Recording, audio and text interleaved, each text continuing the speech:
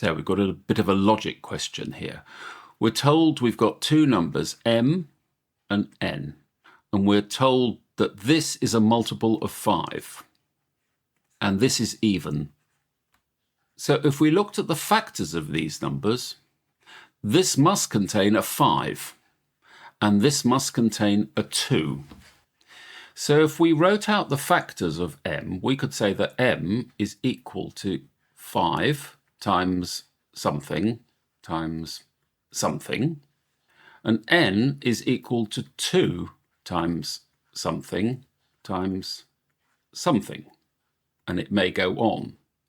But we also know that the highest common factor is 7, so there must be a 7 in both of these series of numbers, because after all, when we work out the highest common factor, we work out the factor which is common to both the numbers. So at the very simplest, this top number could be 5 times 7, which is 35. And this number, again at its very simplest, could be 14. And that would work.